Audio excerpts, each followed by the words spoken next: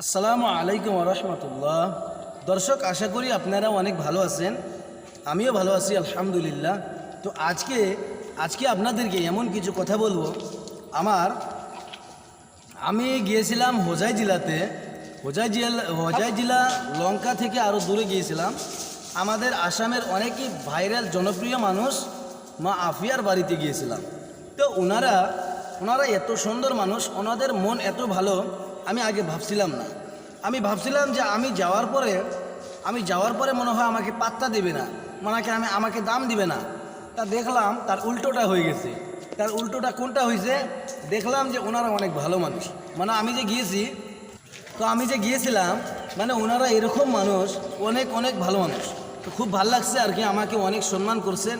তো আলহামদুলিল্লাহ অনেক ভালো লাগছে। আমি ভাবছিলামই না যে আমাকে এরকম সম্মান করবে। কি বলবো ভাই, একদম অনেক অনেক ভালো।